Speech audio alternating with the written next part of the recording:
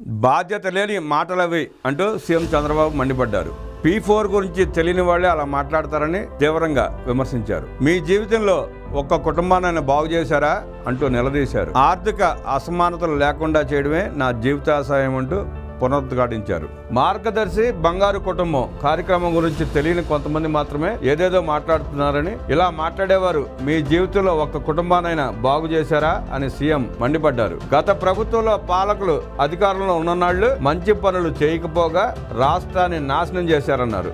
రాజకీయం అంటే అబద్ధాలు చెప్పడమా అని నిలదీశారు. డాక్టర్ బిఆర్ అంబేద్కర్ జయంతి సందర్భంగా తాడికొండ నియోజకవర్గంలో జయంతి వేడుకలు నిర్వహించారు. ఈ సందర్భంగా అంబేద్కర్ విగ్రహానికి పూలమాల వేసి నివాళులర్పించారు. అనంతరం ప్రజావేదిక సభలో మార్గదర్శి బంగారు కుటుంబం కార్యక్రమంలో భాగంగా బంగారు కుటుంబాలకు ఎంపికైన వారి సమస్యలు విన్నారు. కుటుంబాలను దత్తత తీసుకున్న మార్గదర్శకులను సన్మానించారు. పొన్నేకల్లులో ప్రజల ఆదాయం పెరిగేందుకు కార్యాచరణ రూపొందిస్తామని, ఈ గ్రామంలో 369 మంది పేద కుటుంబాలను దత్తత తీసుకునేందుకు 11 మంది ముందుకు వచ్చారని వివరించారు.